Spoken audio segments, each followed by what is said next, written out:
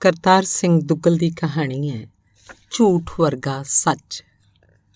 ਇਹ hotel Connaught place ਵਿੱਚ ਏ, ਦਿੱਲੀ ਦਾ ਕੇਂਦਰੀ ਹੋਟਲ। ਇਹ ਤੇ ਉਹਦੀ ਦੋਸਤ ਸਵੇਰ ਦੇ ਖੱਜਲ ਹੋ ਰਹੇ ਸਨ। ਇੱਥੇ ਕਿੱਥੇ ਜਗ੍ਹਾ ਹੋਣੀ ਹੈ। ਇੱਕ ਨੇ ਖਿਝ ਕੇ ਕਿਹਾ, ਪਤਾ ਕਰ ਲੈਂਦੇ ਹਾਂ। ਦੂਜੇ ਨੇ ਅੱਗੋਂ ਬੇਦਿਲੀ ਨਾਲ ਜਵਾਬ ਦਿੱਤਾ ਤੇ ਦੋਵੇਂ ਪੌੜੀਆਂ ਉੱਤੇ ਚੜ੍ਹ ਗਏ। ਇੱਕ ਸਗੋਂ 2 ਕਮਰੇ ਇੱਥੇ ਖਾਲੀ ਸਨ। ਉਹ ਹੈਰਾਨ ਹੋ ਗਏ। ਉਹਦੀ ਦੋਸਤ ਨੇ ਖੁਸ਼ੀ 'ਚ ਉਹਨੂੰ ਪੋਲੇ ਜਿਹੇ ਪਿੱਛੋਂ ਚੁੰਡੀ ਵੱਢੀ। ਉਹਨੇ ਮੁੜ ਕੇ ਵੇਖਿਆ ਤਾਂ ਪਿੱਛੇ ਹੋਰ ਗਾਹਕ ਖੜ੍ਹੇ ਸਨ, 2 ਮਰਦ, ਕਾਲ ਭਰਮੇ ਜਿਹੇ। ਦੂਜਾ ਕਮਰਾ ਉਹਨਾਂ ਲੈ ਲਿਆ। ਬਹਿਰਾ ਜਦੋਂ ਉਹਨਾਂ ਨੂੰ ਕਮਰੇ 'ਚ ਲਿਜਾ ਰਿਹਾ ਸੀ, ਕੁੜੀ ਨੇ ਮੁੜ ਕੇ ਆਪਣੇ ਪਿੱਛੇ ਆ ਰਹੇ ਨਵੇਂ ਗਾਹਕਾਂ ਨੂੰ ਵੇਖਿਆ। ਮੌਤ ਦੀ ਤਰ੍ਹਾਂ ਪਿੱਛਾ ਕਰ ਰਹੇ ਹਨ। ਮੁੰਡੇ ਨੇ ਕਿਹਾ। ਮੁੰਡਾ ਕਵੀ ਸੀ। ਦੋਹਾਂ ਨੂੰ ਯਰਕਾਨ ਹੋਇਆ ਜਾਪਦਾ। ਕੁੜੀ ਨੇ ਆਪਣਾ ਅੰਦਾਜ਼ਾ ਲਾਇਆ। ਕੁੜੀ ਡਾਕਟਰੀ ਦਾ ਇਮਤਿਹਾਨ ਦੇ ਰਹੀ ਸੀ ਤੇ ਉਹ ਆਪਣੇ ਤੇ ਇਹ ਆਪਣੇ ਕਮਰੇ 'ਚ ਚਲੇ ਗਏ, 13 ਨੰਬਰ ਤੇ 14 ਨੰਬਰ। ਕਮਰੇ 'ਚ ਵੜਦੇ ਵੜਦੇ ਮੁੰਡੇ ਨੇ ਇੱਕ ਨਜ਼ਰ ਆਪਣੇ ਗੁਆਂਢੀਆਂ ਵੱਲ ਵੇਖਿਆ। ਇੱਕ ਅੰਨਾ ਹੈ, ਦੂਜਾ ਕਾਣਾ ਹੈ। ਉਸ ਵਿੱਚ ਦੇ ਖਾਵੰਦ ਨੇ ਮਹਿਸੂਸ ਕੀਤਾ, ਇੱਕ ਨੂੰ ਜ਼ਰਾ ਜ਼ਿਆਦਾ ਬੁਖਾਰ ਹੈ, ਦੂਜੇ ਨੂੰ ਘੱਟ। ਬਿਮਾਰ ਦੋਵੇਂ ਹੈ। ਕੁੜੀ ਵਿੱਚ ਦੀ ਔਰਤ ਨੇ ਅੰਦਾਜ਼ਾ ਲਾਇਆ ਤੇ ਆਪਣੇ ਆਪਣੇ ਕਮਰਿਆਂ ਦੇ ਗਲੀਚਿਆਂ ਤੇ ਗੱਦਿਆਂ ਤੇ ਸੋਫਿਆਂ ਤੇ ਉਹ ਉਹਨਾਂ ਨੂੰ ਭੁੱਲ ਗਏ। ਇਹ ਉਹਨਾਂ ਨੂੰ ਭੁੱਲ ਗਏ। ਤੁਸੀਂ ਨਹਾ ਲਓ, ਪਹਿਲੇ ਫਿਰ ਖਾਣ ਦਾ ਵਕਤ ਹੋ ਜਾਏਗਾ। ਤੇ ਫਿਰ ਕੁੜੀ ਸੂਟਕੇਸ ਖੋਲ, ਅਟੈਚੀ ਕੇਸ ਖੋਲ, ਚੀਜ਼ਾਂ ਕੱਢ ਕੇ ਬਾਹਰ ਰੱਖਣ ਲੱਗ ਪਈ। ਤੇ ਇਸ ਤਰ੍ਹਾਂ ਜਿੰਨਾ ਚਿਰ ਮੁੰਡਾ ਨਹਾਉਂਦਾ ਰਿਹਾ, ਕੁੜੀ ਕੁਛ ਨਾ ਕੁਛ ਕਰਦੀ ਰਹੀ। ਫਿਰ ਉਹਨੇ ਇੱਕ ਕਿਤਾਬ ਚੁੱਕ ਲਈ। ਭਾਈਓ ਔਰ ਬਹਿਨੋ, ਮਹਾਤਮਾ ਗਾਂਧੀ ਦੇ ਪ੍ਰਾਰਥਨਾ ਸਭਾ 'ਚ ਦਿੱਤੇ ਭਾਸ਼ਣ ਸਨ। ਉਹਨੂੰ ਗਾਂਧੀ ਜੀ ਉੱਤੇ ਹਮੇਸ਼ਾ ਅਤਿਅੰਤ ਪਿਆਰ ਆਉਂਦਾ ਸੀ। ਮੁਸਲਮਾਨ ਮੇਰਾ ਭਾਈ ਹੈ, ਉਹਦੇ ਕੰਨਾਂ ਵਿੱਚ ਬਾਪੂ ਦੇ ਸ਼ਬਦ ਗੂੰਜਦੇ ਤੇ ਕਿੰਨੇ ਪਿਆਰ ਵਿੱਚ, ਕਿੰਨੇ ਸ਼ੌਕ ਵਿੱਚ, ਕਿੰਨੀ ਸੱਚਾਈ ਨਾਲ, ਕਿੰਨੀ ਨਿਰਛਲਤਾ ਨਾਲ ਉਹ ਕਹਿੰਦੇ ਸਨ। ਅਮਤੁਲ ਰਸੂਲ ਤੇ ਸੁਸ਼ੀਲਾ ਨਈਅਰ 2 ਭੈਣਾਂ ਸਨ ਤੇ ਮੋਹਨਦਾਸ ਕਰਮਚੰਦ ਗਾਂਧੀ ਉਹਨਾਂ ਦਾ ਪਿਤਾ ਸੀ। ਕਨਾਟ ਪਲੇਸ ਵਿੱਚ ਜਿਨ੍ਹਾਂ ਦਿਨਾਂ ਵਿੱਚ ਅੱਗਾਂ ਲੱਗ ਰਹੀਆਂ ਸਨ, ਦੁਕਾਨਾਂ ਲੁੱਟੀਆਂ ਜਾ ਰਹੀਆਂ ਸਨ, ਛੁਰੇ ਚੱਲ ਰਹੇ ਸਨ, ਗੋਲੀਆਂ ਛੂਕ ਰਹੀਆਂ ਸਨ ਤੇ ਹੋਸਟਲ ਦੇ ਸਭ ਮੁਸਲਮਾਨ ਨੌਕਰ ਨੱਸ ਗਏ ਸਨ। ਹਿੰਦੂ ਸਿੱਖ ਕੁੜੀਆਂ ਟੋਲੀਆਂ ਦੀਆਂ ਟੋਲੀਆਂ ਬਣਾ ਘੁਰ ਕਰਦੀਆਂ ਰਹਿੰਦੀਆਂ, ਉਹਨਾਂ ਵੱਲ ਵੇਖ ਕੇ ਮੁਸਕਰਾ ਛੱਡਦੀ। ਸ਼ਾਮੀ ਜਦੋਂ ਰੇਡੀਓ 'ਤੇ ਪ੍ਰਾਰਥਨਾ ਸਭਾ ਦਾ ਰਿਕਾਰਡ ਵਜਾਇਆ ਜਾਂਦਾ ਤਾਂ ਕੱਲੀ ਕਮਰੇ 'ਚ ਬੈਠੀ ਕਦੀ ਉਹਨੂੰ ਇੰਝ ਲੱਗਦਾ ਜਿਵੇਂ ਹੁਣੇ ਬਾਪੂ ਇਹਨੂੰ ਗੋਦ ਵਿੱਚ ਲੈ ਲੈਣਗੇ। ਸੂਟਕੇਸ ਵਿੱਚ ਇੱਕ ਹੋਰ ਕਿਤਾਬ ਗਾਂਧੀ ਜੀ ਉੱਤੇ ਪਈ ਸੀ ਤੇ ਇੱਕ ਹੋਰ, ਉਰਦੂ ਵਿੱਚ, ਹਿੰਦੀ ਵਿੱਚ, ਅੰਗਰੇਜ਼ੀ ਵਿੱਚ। ਇੰਝ ਕਿਤਾਬਾਂ ਨੂੰ ਵਹਿੰਦੀ ਕੁੜੀ ਤਰਬਕ ਉੱਠੀ। ਖੜਾਕ ਨਾਲ ਦੇ ਕਮਰੇ 'ਚੋਂ ਆਵਾਜ਼ ਆਈ, ਜਿਸ ਤਰ੍ਹਾਂ ਕੋਈ ਚੀਜ਼ ਹੇਠ ਡਿੱਗੀ ਹੋਵੇ।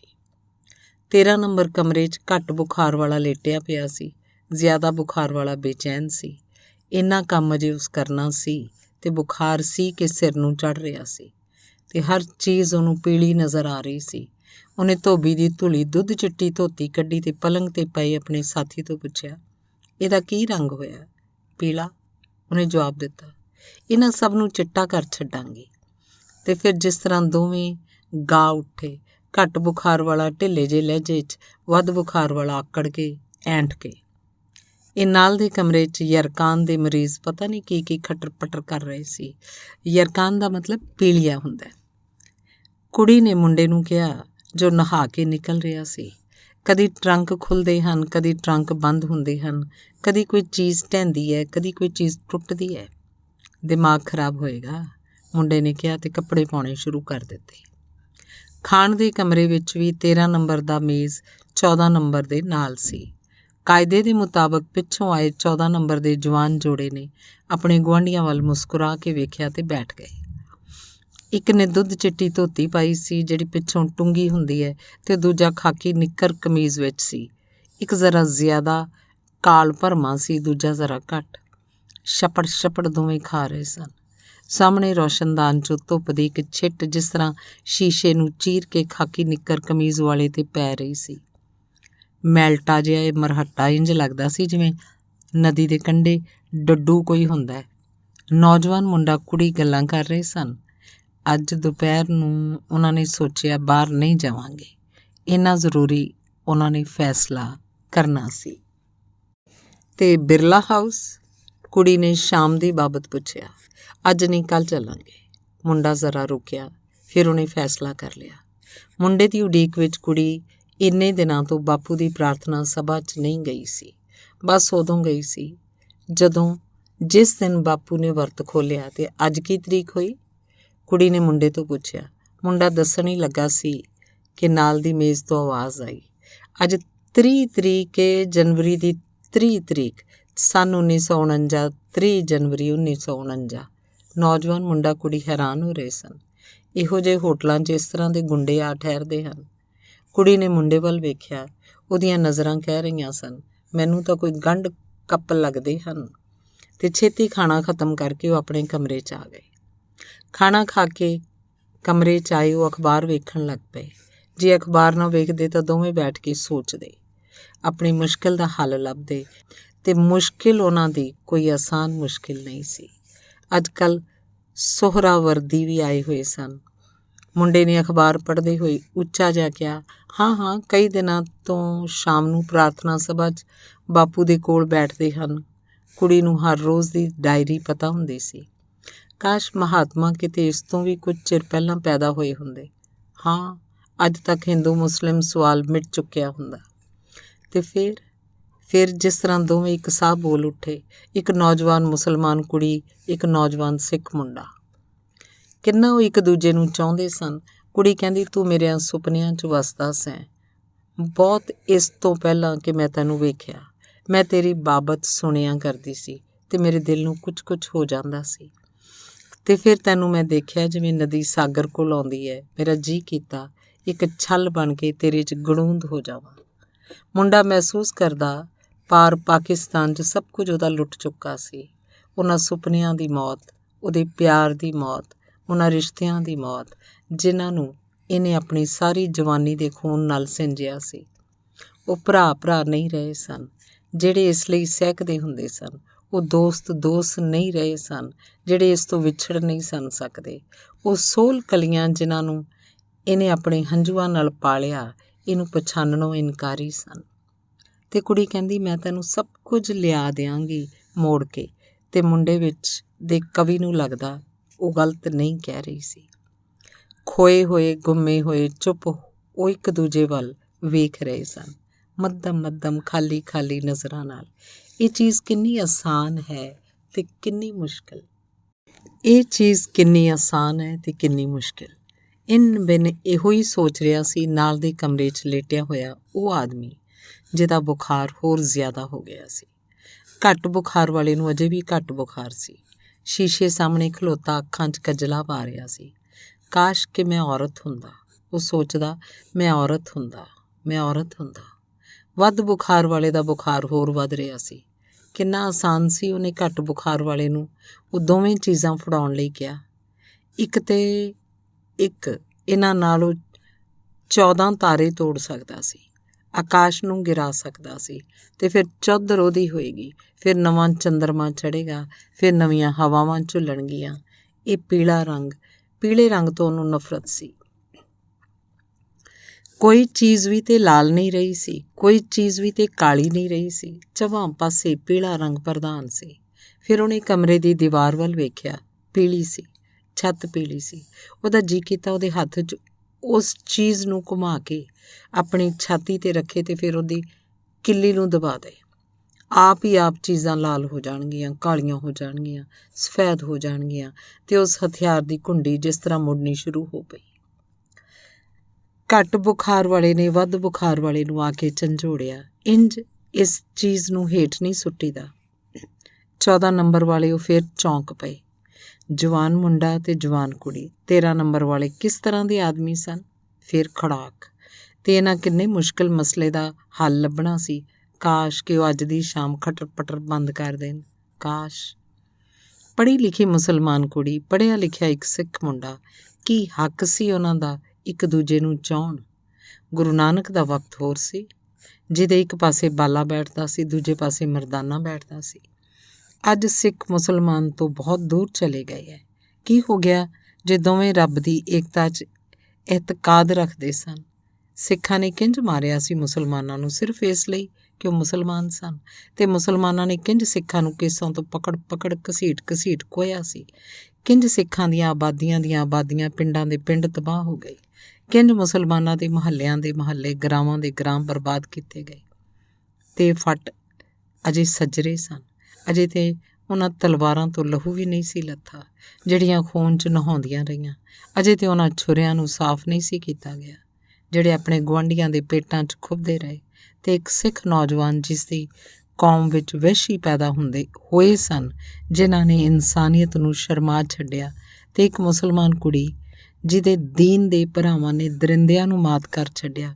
ਕਿੰਝ ਉਹ ਸੋਚ ਸਕਦੇ ਸਨ ਜਿਸ ਤਰ੍ਹਾਂ ਉਹ ਸੋਚ ਰਹੇ ਸਨ? ਨਹੀਂ, ਘੜੀ 3 ਵਜਾ ਰਹੀ ਸੀ ਤੇ ਆਪਣੀਆਂ ਅੱਖਾਂ ਵਿੱਚ ਅੱਥਰੂ ਲਟਕਾਏ ਮੁੰਡਾ ਕੁੜੀ ਵੱਲ ਵੇਖ ਰਿਹਾ ਸੀ। ਆਪਣੀਆਂ ਅੱਖਾਂ 'ਚ ਅੱਥਰੂ ਲਟਕਾਏ ਕੁੜੀ ਮੁੰਡੇ ਵੱਲ ਤੱਕ ਰਹੀ ਸੀ। ਨਾਲ ਦੇ ਕਮਰੇ 'ਚ ਘੜੀ 1 ਮਿੰਟ 'ਚ ਬੋਲੀ, ਅਜ਼। ਉਹਨੇ ਆਪਣੇ ਵੱਖਰੇ 3 ਵਜਾਏ। ਅੱਜ ਜਾਂ ਫਿਰ ਕਦੀ ਨਹੀਂ। ਇਹ ਕੰਮ ਕੋਈ ਦਿਲ ਵਾਲਾ ਹੀ ਕਰ ਸਕਦਾ ਸੀ। ਤੇ ਸਾਹਮਣੇ ਘੱਟ ਬੁਖਾਰ ਵਾਲਾ ਪਿਆ ਸੀ ਜਿਹਦਾ ਬੁਖਾਰ ਵਧਣ 'ਚ ਹੀ ਨਹੀਂ ਸੀ ਆਉਂਦਾ। ਤਸਵੀਰਾਂ ਤੱਕ ਰਿਹਾ ਸੀ, ਕਿਤਾਬਾਂ ਪੜ੍ਹ ਰਿਹਾ, ਇਸ ਪਲੰਗ 'ਤੇ ਆਪਣੇ ਸਾਥੀ ਕੋਲ ਆ ਕੇ ਬੈਠਾ ਰਿਹਾ। ਪਰ ਉਂਝ ਦਾ ਉਂਝ ਸੀ, ਬੁਜ਼ਦਿਲ। ਵੱਧ ਬੁਖਾਰ ਵਾਲੇ ਨੇ ਉਸ ਵੱਲ ਵੇਖ ਕੇ ਨਫ਼ਰਤ ਨਾਲ ਦਿਲ ਹੀ ਦਿਲ 'ਚ ਕਿਹਾ। ਫਿਰ ਵੱਧ ਬੁਖਾਰ ਵਾਲਾ ਸੋਚਦਾ, ਜੇ ਉਹ ਤਸਵੀਰ ਉਹਦੇ ਉੱਤੇ ਆ ਪਏ, ਇਹ ਹਵਾ ਉਹਨਾਂ ਦੇ ਕਮਰੇ ਦਾ ਦਰਵਾਜ਼ਾ ਕਿਉਂ ਲਗਾਤਾਰ ਖਟਖਟਾਉਂਦੀ ਸੀ? ਤੇ ਅੰਦਰ ਗੁਸਲਖਾਨੇ 'ਚ ਨਲਕੇ ਦਾ ਪਾਣੀ ਟਿਪ ਡਿੱਗ ਰਿਹਾ ਸੀ। ਕੋਈ ਇਸ ਆਵਾਜ਼ ਨੂੰ ਬੰਦ ਨਹੀਂ ਸੀ ਕਰ ਸਕਦਾ। ਅੱਜ ਹਨੇਰੀ ਨਾ ਆ ਜਾਏ, ਬੱਦਲ ਨਾ ਵਸਣਾ ਸ਼ੁਰੂ ਕਰ ਦੇਣ। ਇਹ ਮੋਟਰਾਂ ਕਈ ਵਾਰ ਫੇਲ ਹੋ ਜਾਂਦੀਆਂ ਨੇ, ਪਰ ਹੋਰ ਮਿਲ ਸਕਦੀਆਂ ਹਨ। ਕੋਈ ਚਾਹੇ ਤੇ ਕੁੱਲ ਦੁਨੀਆ ਨੂੰ ਖਰੀਦ ਲਵੇ, ਕੋਈ ਚਾਹੇ ਤੇ ਕੁੱਲ ਦੁਨੀਆ ਨੂੰ ਭੰਨ ਤਰੋੜ ਮਰੋੜ ਮਚਕੋੜ ਕੇ ਸੁੱਟ ਦੇ। ਐਟਮ ਬੰਬ ਘਰ 'ਚ ਹੋਣਾ ਚਾਹੀਦਾ, ਹਰ ਬੰਦੇ ਦੀ ਪਹੁੰਚ ਵਿੱਚ। ਤੇਰਾ ਬੁਖਾਰ ਤੇਰੇ ਸਿਰ ਨੂੰ ਚੜ੍ਹ ਰਿਹਾ ਹੈ, ਘੱਟ ਬੁਖਾਰ ਵਾਲੇ ਨੇ ਨਜ਼ਰਾਂ ਨਾਲ ਵੱਧ ਬੁਖਾਰ ਵਾਲੇ ਨੂੰ ਕਿਹਾ। ਤੇ ਵੱਧ ਬੁਖਾਰ ਵਾਲੇ ਨੇ ਗੁੱਸੇ 'ਚ ਕੋਲ ਪਈ ਇੱਕ ਚੀਜ਼ ਨੂੰ ਚੁੱਕ ਕੇ ਉਹਦੇ ਉੱਤੇ ਮਾਰਿਆ। ਖੜਾਕ। ਫਿਰ ਆਵਾਜ਼ ਆਈ। ਅੱਖਾਂ 'ਚ ਅੱਥਰੂ ਲਟਕਾਏ ਕੁੜੀ ਤਰਬਕ ਉੱਠੀ। ਅੱਖਾਂ 'ਚ ਅੱਥਰੂ ਲਟਕਾਏ ਮੁੰਡਾ ਤਰਬਕ ਉੱਠਿਆ। ਇਹ ਲੋਕ ਕਦੀ ਫੈਸਲਾ ਨਹੀਂ ਹੋਣ ਦੇਣਗੇ। ਕੁੱਤਾ ਗੁਆਂਢ ਵੀ ਕਿਸੇ ਦਾ ਨਾ ਹੋਵੇ। ਕੁੜੀ ਦਾ ਇਮਤਿਹਾਨ ਖਤਮ ਹੋ ਰਿਹਾ ਸੀ। ਅੱਜ ਜਾਂ ਫਿਰ ਕਦੀ ਵੀ ਨਹੀਂ। ਇਹ ਫੈਸਲਾ ਜ਼ਰੂਰ ਕਰਨਾ ਸੀ। ਤੇ ਫਿਰ ਮੁੰਡਾ ਕੱਲ੍ਹ ਵਾਪਸ ਜਾ ਰਿਹਾ ਸੀ। ਅੱਜ ਜੇ ਫੈਸਲਾ ਨਾ ਹੋਇਆ ਤੇ ਇਮਤਿਹਾਨ ਬਾਅਦ ਉਹ ਕਿੱਥੇ ਜਾਏਗੀ? ਦੂਰ ਕਿਤੇ, ਜਿੱਥੋਂ ਫਿਰ ਕਦੀ ਵਾਪਸ ਨਹੀਂ ਆ ਸਕੀਦਾ। ਹੋਰ ਦੇਸ਼, ਉਸ ਦੇਸ਼ ਦੇ ਲੋਕ ਕਿੰਨੇ ਖੁਦਦਾਰ, ਖੁਦਸਰ ਸੁਣੀਂਦੇ ਸਨ। ਤੇ ਇਹੋ ਫਰਿਸ਼ਤਾ ਜਿਹੜਾ ਰੱਬ ਨੇ ਭੇਜਿਆ ਸੀ ਕਿਸੇ ਹੋਰ ਦਾ ਹੋ ਜਾਏਗਾ। ਇਹ ਦੇਸ਼ ਜਿੱਥੇ ਉਹ ਜੰਮੀ, ਜਿੱਥੇ ਉਹ ਪਲੀ, ਜਿੱਥੇ ਉਹ ਪੜ੍ਹੀ, ਪਰਾਇਆ ਹੋ ਰਿਹਾ ਸੀ। ਆਪਣੇ ਦੇਸ਼ ਨੂੰ ਕੋਈ ਕਿੰਝ ਛੱਡ ਸਕਦਾ ਹੈ? ਆਪਣੇ ਦੇਸ਼ ਲਈ ਤੇ ਕੋਈ ਜਾਨ ਵੀ ਦੇ ਦੇ। ਮੁੰਡੇ ਨੇ ਕੁੜੀ ਨੂੰ ਦੱਸਿਆ, ਉਹ ਬੂਟਾ ਜਿਹੜਾ ਉਹਨਾਂ ਨੇ 5 ਸਾਲ ਪਹਿਲੇ ਆਪਣੇ ਪਿਆਰ ਦੀ ਨਿਸ਼ਾਨੀ ਗੱਡਿਆ ਸੀ, ਅੱਜ ਕੱਲ੍ਹ ਝੂਰ ਕਰ ਰਿਹਾ ਸੀ। ਤੇ ਕੁੜੀ ਨੂੰ ਯਾਦ ਆਇਆ, ਅੱਜ ਤੋਂ 5 ਸਾਲ ਪਹਿਲੇ ਉਹਨੂੰ ਪਹਿਲੀ ਵਾਰ ਵੇਖਿਆ ਸੀ, ਇੱਕ ਕਮਰੇ 'ਚ ਮੇਜ਼ 'ਤੇ ਬੈਠਾ, ਜਿਸ ਤਰ੍ਹਾਂ ਸੁਪਨਾ ਹੋਵੇ। ਤੇ ਉਹਨੂੰ ਡਰ ਲੱਗਾ ਸੀ, ਇਹ ਆਦਮੀ ਕਿਤੇ ਗੱਲ ਨਾ ਉਹਦੇ ਨਾਲ ਕਰ ਬਏ। ਇਸ ਤੋਂ ਦਿਲ ਦਾ ਭੇਦ ਨਹੀਂ ਲੁਕੀਨ ਹੋਣਾ। ਤੇ ਫੁੱਲ ਦੀ ਤਰ੍ਹਾਂ ਚੁੱਪ ਬੈਠਾ ਰਿਹਾ। ਕਰਨਾ ਤੇ ਜ਼ਰੂਰ ਹੈ। ਫਿਰ ਜਿਸ ਤਰ੍ਹਾਂ ਦੋਵੇਂ ਇੱਕ ਵਾਰ ਬੋਲ ਉੱਠੇ, ਇੱਕ ਨੌਜਵਾਨ ਸਿੱਖ ਮੁੰਡਾ, ਇੱਕ ਨੌਜਵਾਨ ਮੁਸਲਿਮ ਕੁੜੀ। ਪਰ ਕਿਸ ਤਰ੍ਹਾਂ ਕਰਨਾ ਹੈ, ਇਸ ਗੱਲ ਦਾ ਫੈਸਲਾ ਕਰਨਾ ਸੀ। ਕਿਸ ਤਰ੍ਹਾਂ ਕਰਨਾ ਹੈ, ਇਸ ਗੱਲ ਦਾ ਫੈਸਲਾ ਵੀ ਉਹ ਕਰਕੇ ਆਇਆ ਸੀ। 13 ਨੰਬਰ 'ਚ ਉਹ ਆਦਮੀ ਜਿਹਨੂੰ ਬੁਖਾਰ ਹੋਰ ਜ਼ਿਆਦਾ ਹੋ ਰਿਹਾ ਸੀ, ਕਿਸ ਤਰ੍ਹਾਂ ਕਰਨਾ ਹੈ, ਇਹ ਤੇ ਘੱਟ ਬੁਖਾਰ ਵਾਲੇ ਨੂੰ ਵੀ ਪਤਾ ਸੀ।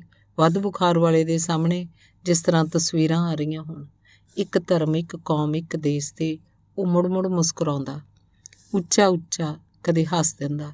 ਫਿਰ ਉਹਨੇ ਘੱਟ ਬੁਖਾਰ ਵਾਲੇ ਨੂੰ ਆਪਣੇ ਪਲੰਗ 'ਤੇ ਬੁਲਾਇਆ ਤੇ ਜਿਸ ਤਰ੍ਹਾਂ ਸੁੱਤਾ ਕੋਈ ਹੁੰਦਾ ਹੈ, ਉਹਦੀਆਂ ਅੱਖਾਂ ਤਾੜੇ ਲੱਗ ਗਈਆਂ ਸਨ। ਉਹਨੇ ਇੱਕ ਕਹਾਣੀ ਕਰਨੀ ਸ਼ੁਰੂ ਕਰ ਦਿੱਤੀ। ਇੱਕ ਸੀ ਰਾਜਾ। ਇੱਕ ਦਿਨ ਉਹਨੇ ਕਿਹਾ, ਅੱਜ ਮੈਂ ਇਨਸਾਫ ਕਰਾਂਗਾ।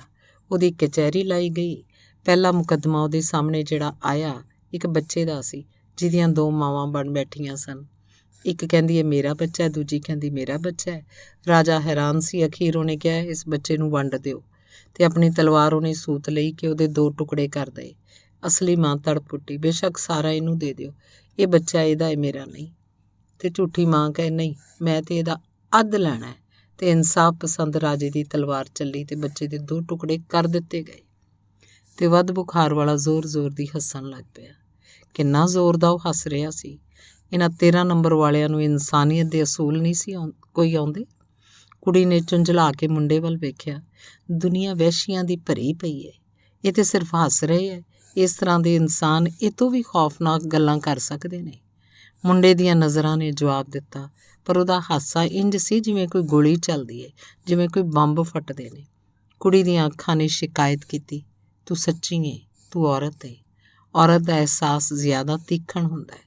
ਮੁੰਡੇ ਨੇ ਅਖੀਰ ਅਣਬੋਲੇ ਹੀ ਉਹਨੂੰ ਨਜ਼ਰਾਂ ਨਾਲ ਕਿਹਾ ਤੇ ਕੁੜੀ ਦਾ ਦਿਲ ਧੜਕਣ ਲੱਗ ਪਿਆ, ਜਿਸ ਤਰ੍ਹਾਂ ਉਹਨੂੰ ਇੱਕ ਵਾਰ ਪਲ ਦੇ ਪਲ ਲਈ ਮਹਿਸੂਸ ਹੋਇਆ ਸੀ ਜਦੋਂ ਸਾਰੀ ਰਾਤ ਕਨਾਟ ਪੈਲੇਸ 'ਚ ਅੱਗਾਂ ਲੱਗਦੀਆਂ ਰਹੀਆਂ, ਲੁੱਟ ਖਸੁੱਟ ਹੁੰਦੀ ਰਹੀ, ਗੋਲੀ ਚੱਲਦੀ ਰਹੀ। ਫਿਰ ਕਿਸੇ ਨੇ ਕਿਹਾ ਸੀ ਫਸਾਦੀ ਕਾਲਜ 'ਤੇ ਵੀ ਹਮਲਾ ਕਰਨ ਵਾਲੇ ਹਨ। ਉਹ ਸੋਚਦੀ ਕੀ ਇਹ ਹਿੰਦੂ ਮੁਸਲਮਾਨਾਂ ਨੂੰ ਮਾਰ ਛੱਡਣਗੇ? ਨਾਲ ਦੇ ਕਮਰੇ ਵਾਲੇ ਹਿੰਦੂ ਹੋਣਗੇ। ਉਹਨੂੰ ਖਿਆਲ ਆਇਆ। ਤਦੇ ਉਹਦੇ ਵਿੱਚ ਦੀ ਮੁਸਲਮਾਨ ਕੁੜੀ ਤਰਾਟ ਕੰਬ ਪੈ ਰਹੀ ਸੀ। ਫਿਰ ਉਹਨੂੰ ਆਪਣੇ ਆਪ 'ਤੇ ਸ਼ਰਮ ਆਈ। ਜਦ ਤੱਕ ਗਾਂਧੀ ਜਿਉਂਦਾ ਸੀ, ਜਦ ਤੱਕ ਮਹਾਤਮਾ ਹਿੰਦੁਸਤਾਨ ਦੇ ਬੇੜੇ ਦਾ ਮਲਾਹ ਸੀ, ਅਜੇ ਤੇ ਕੱਲ੍ਹ ਉਹਦੀ ਪ੍ਰਾਰਥਨਾ ਸਭਾ 'ਚ ਉਹ ਜਾ ਰਹੇ ਸਨ। ਉਹਦੇ ਨਾਲ ਉਹਦਾ ਸਿੱਖ ਦੋਸਤ ਹੋਏਗਾ ਜਿਹਨੇ ਅਜੇ ਤੱਕ ਬਾਪੂ ਦੇ ਦਰਸ਼ਨ ਨਹੀਂ ਸਨ ਕੀਤੇ। ਤੇ ਉਹ ਸੋਚਦੀ ਮੈਂ ਕਵਾਂਗੀ ਬਾਪੂ ਤੁਸੀਂ ਸਾਡੀ ਮੁਸ਼ਕਿਲ ਦਾ ਹੱਲ ਲੱਭ ਦਿਓ, ਤੇ ਉਹ ਮੁਸਕਰਾਉਣਗੇ ਜਿਸ ਤਰ੍ਹਾਂ ਉਹਨਾਂ ਦਾ ਮਿਸ਼ਨ ਪੂਰਾ ਹੋ ਰਿਹਾ ਹੁੰਦਾ। ਅੱਜ ਮੇਰਾ ਮਿਸ਼ਨ ਪੂਰਾ ਹੋਏਗਾ। ਵੱਧ ਬੁਖਾਰ ਵਾਲਾ ਬੋਲੀ ਜਾ ਰਿਹਾ ਸੀ। ਕੱਪੜੇ ਵੀ ਪਹਿਨ ਰਿਹਾ ਸੀ, ਖਾਕੀ ਨਿੱਕਰ, ਕਮੀਜ਼, ਬਦਾਮੀ ਬੂਟ। ਹਮੇਸ਼ਾ ਮੈਨੂੰ ਇੰਜ ਲੱਗਦਾ ਰਿਹਾ ਮੈਂ ਕੁਝ ਕਰਨ ਲਈ ਜੰਮਿਆ। ਤੇ ਉਹ ਸੋਚਦਾ ਕਿੰਜ ਇੱਕ ਵਾਰ ਤਾਜ ਮਹਿਲ ਨੂੰ ਵੇਖ ਕੇ ਉਹਦਾ ਜੀਅ ਕੀਤਾ ਇਹਦੇ ਫੀਤੇ ਕਰ ਦਏ। ਤੇ ਉਹ ਸੰਗਮਰਮਰ ਦੀਆਂ ਸਿਲਾਂ 'ਤੇ ਬੇਹੋਸ਼ ਢਹਿ ਪਿਆ ਸੀ। ਕੋਈ ਕਹਿੰਦੇ ਸਨ ਇਹਨੂੰ ਮਿਰਗੀ ਪੈ ਗਈ, ਕੋਈ ਕਹਿੰਦੇ ਸਨ ਇਹਨੂੰ ਗਸ਼ ਆ ਗਈ। ਤੇ ਫਿਰ ਕਿਸ ਤਰ੍ਹਾਂ ਇੱਕ ਦਿਨ 14ਵੀਂ ਦੇ ਚੰਨ ਦੀ ਰਾਤ ਮੋਤੀਏ ਦੇ ਫੁੱਲਾਂ ਨਾਲ ਲੱਦੀ ਭਰ ਜਵਾਨ ਆਪਣੀ ਤਰੀਮਤ ਨੂੰ ਵੇਖ ਕੇ ਇਹਦੇ ਮੂੰਹ ਤੋਂ ਝੱਗ ਨਿਕਲਣ ਲੱਗ ਪਈ ਸੀ। ਤੇ ਕਮੇਟੀ ਦੇ ਬਾਗ ਦੀਆਂ ਪੌੜੀਆਂ ਵਿੱਚੋਂ ਇਹਨੇ ਉਹਨੂੰ ਧੱਕਾ ਦੇ ਦਿੱਤਾ। ਮਥੁਰਾ ਦੇ ਸਭ ਤੋਂ ਉੱਘੇ ਮੰਦਰ ਵਿੱਚ ਕ੍ਰਿਸ਼ਨ ਦੀ ਸਭ ਤੋਂ ਵੱਡੀ ਮੂਰਤੀ ਨੂੰ ਵੇਖ ਕੇ ਇਹਦੀਆਂ ਬਾਹਾਂ ਵਿੱਚ ਕੜਵੱਲ ਪੈਂਦੇ ਰਹਿੰਦੇ। ਤੇ ਕੀ ਇਹਦੇ ਦਿਲ 'ਚ ਹੁੰਦਾ। ਪਰ ਉਪਾਸ਼ਕ ਸਨ ਕਿ ਕਦੀ ਖਤਮ ਹੀ ਹੋਣ 'ਚ ਨਾ ਆਉਂਦੇ। ਤੇ ਅੱਜ ਘੜੀ ਨੇ 4 ਵਜਾਏ। ਇਹ ਬਿਲਕੁਲ ਤਿਆਰ ਸੀ। ਹੇਠੋਂ ਮੋਟਰ ਦੇ ਹਾਰਨ ਦੀ ਆਵਾਜ਼ ਆਈ। ਉਹ ਬਿਲਕੁਲ ਤਿਆਰ ਸੀ। ਉਹਨੇ ਘੱਟ ਬੁਖਾਰ ਵਾਲੇ ਵੱਲ ਵੇਖਿਆ। ਉਹ ਫਿਰ ਸ਼ੀਸ਼ੇ ਸਾਹਮਣੇ ਖਲੋਤਾ ਅੱਖਾਂ 'ਚ ਕੱਜਲਾ ਪਾ ਰਿਹਾ ਸੀ। ਬੁਜ਼ਦਿਲ। ਵੱਧ ਬੁਖਾਰ ਵਾਲੇ ਨੇ ਫਿਰ ਨਫ਼ਰਤ ਨਾਲ ਦਿਲ 'ਚ ਕਿਹਾ ਤੇ ਰੇਡੀਓ ਦੇ ਬਟਨ ਨੂੰ ਘੁਮਾ ਕੇ ਬਾਹਰ ਨਿਕਲ ਗਿਆ। ਘੱਟ ਬੁਖਾਰ ਵਾਲੇ ਨੇ ਆਪਣੇ ਸਾਥੀ ਨੂੰ ਬਾਹਰ ਜਾਂਦੇ ਵੇਖਿਆ। ਫਿਰ ਰੇਡੀਓ ਵੱਲ ਵੇਖਿਆ ਜੋ ਗਰਮ ਹੋ ਰਿਹਾ ਸੀ। ਉਹਦੇ ਹੱਥੋਂ ਅਚਾਨਕ ਸੁਰਮੇ ਦੀ ਸ਼ੀਸ਼ੀ ਢਹਿ ਪਈ। ਫਿਰ ਆਵਾਜ਼ ਆਈ। ਹੁਣ ਨਾਲ ਦੇ ਕਮਰੇ 'ਚ ਮੁੰਡਾ ਕੁੜੀ ਚਾਹ ਪੀ ਰਹੇ ਸਨ। ਉਹਨਾਂ ਨੇ ਫੈਸਲਾ ਕੀਤਾ ਰਾਤ ਨੂੰ ਸੋਚਣਗੇ ਜਦੋਂ 13 ਨੰਬਰ 'ਚੋਂ ਸੇਕ ਆਉਣਾ ਬੰਦ ਹੋ ਜਾਏਗਾ। ਜਿਹੜਾ ਦਿਨ ਉਹਨਾਂ ਨੂੰ ਝੁਲਸਦਾ ਰਿਹਾ। ਇੱਕ ਬੇਚੈਨੀ ਜੀ ਜਿਹੜੀ ਨਾਲ ਦੀ ਕੰਧ 'ਚੋਂ ਫੁੱਟ ਕੇ ਉਹਨਾਂ ਨੂੰ ਘੇਰ ਰਹੀ ਸੀ। ਉਸ ਪਾਸੇ ਦੀ ਹਵਾ ਉਸ ਮਹਿਸੂਸ ਕਰਦੇ ਜਿਵੇਂ ਵਿੱਲੀ ਮੁੜਕਾ ਖੋਰੀ ਜਿਹੀ ਸੀ। ਤੇ ਫਿਰ ਹੱਸਦੇ ਖੇਡਦੇ ਨੌਜਵਾਨ ਮੁੰਡਾ ਕੁੜੀ 13 ਨੰਬਰ ਕਮਰੇ ਨੂੰ ਭੁੱਲ ਗਏ। ਰਾਤ ਨੂੰ ਉਹਨਾਂ ਨੇ ਫੈਸਲਾ ਕਰਨਾ ਸੀ ਤੇ ਸ਼ਾਮ ਚਿੰਤਾ 'ਚ ਕਿਉਂ ਗਵਾਈ ਜਾਏ। ਪਰ ਤਾਂ ਵੀ ਕੁੜੀ ਸੋਚਦੀ ਇਹ ਕਿੰਨਾ ਮੁਸ਼ਕਿਲ ਸੀ। ਖਬਰੇ ਉਹਨਾਂ ਦੀ ਇਹ ਆਖਰੀ ਰਾਤ ਹੋਏਗੀ। ਇੰਜ ਇਕੱਲਿਆਂ। ਤੇ ਮੁੰਡਾ ਹੱਸਦਾ ਗੱਲਾਂ ਕਰਦਾ ਆਪਣੇ ਆਪ 'ਚ ਗੜੂੰਦ ਹੋ ਜਾਂਦਾ। ਮੈਂ ਬੇਇਨਸਾਫੀ ਤੇ ਨਹੀਂ ਕਰ ਰਿਹਾ। ਮੈਂ ਆਪਣੇ ਆਪ ਨੂੰ ਧੋਖਾ ਤੇ ਨਹੀਂ ਦੇ ਰਿਹਾ। ਇਸ ਕੁੜੀ ਦੀ ਮਾਂ ਨੇ ਕਿਸੇ ਨਾਲ ਵਾਅਦਾ ਨਾ ਕੀਤਾ ਹੋਵੇ। ਇਸ ਕੁੜੀ ਦੇ ਭਰਾ ਨੇ ਕਿਸੇ ਨੂੰ ਇਕਰਾਰ ਨਾ ਕੀਤਾ ਹੋਏ। ਆਖਰ ਇਹ ਕੋਈ ਇੰਨੀ ਸੌਖੀ ਗੱਲ ਨਹੀਂ ਸੀ।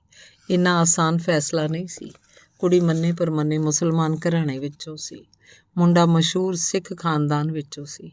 ਉਹਦੇ ਮਾਪੇ ਕੀ ਕਹਿਣਗੇ? ਮੁਸ਼ਕਿਲ। ਹੁਣ ਜਦੋਂ ਪਾਕਿਸਤਾਨ ਬਣ ਚੁੱਕਾ ਸੀ, ਜਦੋਂ ਆਪਣੇ ਨਵੇਂ ਮੁਲਕ ਨੂੰ ਹਰ ਮੁਸਲਮਾਨ ਦੀ ਲੋੜ ਸੀ, ਜਦੋਂ ਮੁਸਲਮਾਨ ਮੁੰਡਿਆਂ ਲਈ ਕੁੜੀਆਂ ਨਹੀਂ ਸਨ ਮਿਲਦੀਆਂ, ਜਦੋਂ ਪਾਕਿਸਤਾਨ ਗੌਰਮੈਂਟ ਨੂੰ ਡਾਕਟਰਾਂ ਦੀ ਡਾਢੀ ਘਾਟ ਮਹਿਸੂਸ ਹੋ ਰਹੀ ਸੀ ਤੇ ਮੁੰਡੇ ਦੇ ਆਪਣੇ ਖਾਨਦਾਨ 'ਚ ਪੜ੍ਹੀਆਂ ਲਿਖੀਆਂ ਸੋਹਣੀਆਂ ਸੁਸ਼ੀਲ ਕੁੜੀਆਂ ਕਿੰਨੇ ਚਿਰਾਂ ਤੋਂ ਇਸ ਵੱਲ ਨਜ਼ਰਾਂ ਜਮਾਈ ਬੈਠੀਆਂ ਸਨ। ਤੇ ਹੁਣ ਜਦੋਂ ਇਹਨੇ ਸ਼ਾਦੀ ਕਰਨ ਦਾ ਫੈਸਲਾ ਕਰ ਲਿਆ ਸੀ, ਪਹਿਲਾ ਹੱਕ ਉਹਨਾਂ ਦਾ ਸੀ। ਜਿਨ੍ਹਾਂ ਨੇ ਫੇਰੇ ਪਾ ਪਾਏ ਦੇ ਪਿਤਾ ਦੀ ਮੁਹਾਟ ਪੁੱਟ ਖਾਧੀ ਸੀ। ਮੁਸ਼ਕਿਲ, ਬਹੁਤ ਮੁਸ਼ਕਿਲ, ਤੇ ਕਦੀ ਕਦੀ ਦੋਹਾਂ ਨੂੰ ਲੱਗਦਾ ਇਹ ਅਸੰਭਵ ਸੀ। ਉਂਝ ਦੋਵੇਂ ਆਪਣੇ ਆਪ ਨੂੰ ਧੋਖਾ ਦੇ ਰਹੇ ਸਨ। ਘੜੀ ਨੇ 6 ਵਜਾਏ। ਕੁੜੀ ਨੇ ਸੋਚਿਆ ਆਪਣੇ ਹੋਸਟਲ 'ਚੋਂ ਕਹਿ ਆਏਗੀ ਕਿ ਉਸ ਰਾਤ ਤੋਂ ਬਾਹਰ ਰਹੇਗੀ। ਪਤਾ ਨਹੀਂ ਕਿਉਂ ਪਿਛਲੇ ਕੁਝ ਮਿੰਟਾਂ ਤੋਂ ਜਿਸ ਤਰ੍ਹਾਂ ਉਹ ਕਮਰਾ ਉਹਨਾਂ ਨੂੰ ਖਾਣ ਲੱਗ ਪਿਆ ਸੀ, ਦੋਹਾਂ ਦਾ ਦਿਲ ਹੁੱਸੜ ਪੈਂਦਾ ਉਹ ਬਾਹਰ ਆ ਗਏ। ਹੋਟਲ ਤੋਂ ਹੇਠਾਂ ਉਤਰ ਕੇ ਕਨਾਟ ਪਲੇਸ 'ਚ ਉਹਨਾਂ ਨੇ ਵੇਖਿਆ ਦੁਕਾਨਾਂ ਬੰਦ ਹੋ ਰਹੀਆਂ ਸਨ। ਉਹਨਾਂ ਨੇ ਕੋਈ ਖਾਸ ਧਿਆਨ ਨਾ ਦਿੱਤਾ। ਸੜਕਾਂ 'ਤੇ ਮੋਟਰਾਂ ਤੇਜ਼ ਨੱਸ ਰਹੀਆਂ ਸਨ। ਉਹਨਾਂ ਨੇ ਤਾਂ ਵੀ ਕੋਈ ਖਿਆਲ ਨਾ ਕੀਤਾ। ਲੋਕੀ ਜਿਸ ਤਰ੍ਹਾਂ ਹਿਰਾਸੇ ਹੋਏ ਖਿੰਡਰ ਪੁੰਡਰ ਰਹੇ ਹੋਣ, ਤੇਜ਼ ਅੱਗੇ ਪਿੱਛੇ ਹੋ ਰਹੇ ਹੋਣ। ਆਪਣੇ ਧਿਆਨ 'ਚ ਮਸਤ ਇਹ ਸੜਕ ਟੱਪ ਪਾਰ ਹੋਸਟਲ ਚਲੇ ਗਏ। ਕੁੜੀ ਮਸਾਂ ਗੇਟ ਲੰਘੀ ਸੀ ਕਿ ਚੌਕੀਦਾਰ ਨੱਸਦਾ ਹੋਇਆ ਆਇਆ ਤੇ ਉਸ ਦਰਵਾਜ਼ਾ ਬੰਦ ਕਰ ਲਿਆ। ਮੁੰਡਾ ਸਾਹਮਣੇ ਮੈਦਾਨ 'ਚ ਘੁੰਮਦਾ ਰਿਹਾ। ਜ਼ਰਾ ਹਨੇਰਾ ਹੋ ਗਿਆ ਸੀ। ਕੋਈ 20 ਮਿੰਟ ਬਾਅਦ ਉਹ ਗੇਟ ਅੱਗੇ ਆਇਆ। ਕੁੜੀ ਨੇ ਕਿਹਾ ਸੀ ਉਹ ਇੰਨਾ ਹੀ ਚਿਰ ਲਾਏਗੀ। ਸਿੱਖਾਂ ਦੇ ਨਾਲ ਲੱਗੀ ਹੋਈ ਦਾ ਇੰਤਜ਼ਾਰ ਕਰ ਰਹੀ ਸੀ। ਚਲੋ, ਮੁੰਡੇ ਨੇ ਸਹਿਜ ਸੁਭਾਅ ਕਿਹਾ। ਕੁੜੀ ਚੁੱਪ ਸੀ। ਕਿਉਂ? ਅੱਜ ਇਹ ਗੇਟ ਕਿਉਂ ਇੰਨੀ ਜਲਦੀ ਬੰਦ ਹੋ ਗਿਆ? ਮੁੰਡੇ ਨੇ ਫੇਰ ਸਵਾਲ ਕੀਤਾ। ਕੁੜੀ ਅਜੇ ਵੀ ਚੁੱਪ ਸੀ। ਤੂੰ ਬੋਲਦੀ ਕਿਉਂ ਨਹੀਂ? ਅਖੀਰ ਤੈਨੂੰ ਹੋ ਕੀ ਗਿਆ? ਬਾਪੂ ਨੂੰ ਕਿਸੇ ਨੇ ਕਤਲ ਕਰ ਦਿੱਤਾ ਹੈ, ਗੋਲੀ ਨਾਲ। ਮੁੰਡਾ ਜਿਸ ਤਰ੍ਹਾਂ ਸਿਲ ਪੱਥਰ ਹੋ ਗਿਆ ਹੋਵੇ। ਕਿਸੇ ਨੇ 3 ਗੋਲੀਆਂ ਮਾਰ ਕੇ ਉਹਨਾਂ ਨੂੰ ਢੇਰੀ ਕਰ ਛੱਡਿਆ। ਮੁੰਡਾ ਅਹਿਲ ਖੜਾ ਸੀ। ਮੈਂ ਨਹੀਂ ਆ ਸਕਾਂਗੀ। ਅੱਜ ਕੋਈ ਇੱਥੋਂ ਬਾਹਰ ਨਹੀਂ ਨਿਕਲ ਸਕਦਾ। ਪਰ ਜਿਹੜਾ ਫੈਸਲਾ ਅਸੀਂ ਕਰਨਾ ਸੀ, ਮੈਂ ਕਰ ਲਿਆ। ਮੁੰਡਾ ਅਜੇ ਵੀ ਚੁੱਪ ਸੀ। ਤੈਨੂੰ ਹੁਣ ਹਾਂ ਕਰਨੀ ਪਏਗੀ। ਬਾਪੂ ਕਦੇ ਨਹੀਂ ਮਰ ਸਕਦੇ। ਅਸੀਂ ਉਹਨਾਂ ਨੂੰ ਜਿੰਦਾ ਰੱਖਾਂਗੇ। ਮੁੰਡਾ ਤਾਂ ਵੀ ਚੁੱਪ ਸੀ। ਇਹਨਾਂ ਸਿੱਖਾਂ 'ਚੋਂ ਤੇਰਾ ਹੱਥ ਅੰਦਰ ਆ ਸਕਦਾ। ਹੁਣ ਹੋਰ ਮੈਥੋਂ ਇੰਤਜ਼ਾਰ ਨਹੀਂ ਹੋ ਸਕੇਗਾ। ਤੇ ਮੁੰਡੇ ਨੇ ਯੱਖ ਠੰਡਾ ਆਪਣਾ ਹੱਥ ਅੰਦਰ ਖਿਸਕਾ ਦਿੱਤਾ। ਅਸੀਂ ਸ਼ਾਦੀ ਕਰਾਂਗੇ, ਇੱਕ ਸਿੱਖ ਤੇ ਇੱਕ ਮੁਸਲਮਾਨ। ਉਹਨਾਂ ਦੀਆਂ ਨਜ਼ਰਾਂ ਇੱਕ ਦੂਜੇ ਨੂੰ ਇਕਰਾਰ ਕਰ ਰਹੀਆਂ ਸਨ ਤੇ ਅਡੋਲ ਅਹਿਲ ਉੱਥੇ ਉਹ ਖੜੇ ਰਹੇ। ਹਨੇਰਾ ਹੋਰ ਹੋ ਗਿਆ, ਹੋਰ ਵੱਧ ਗਿਆ।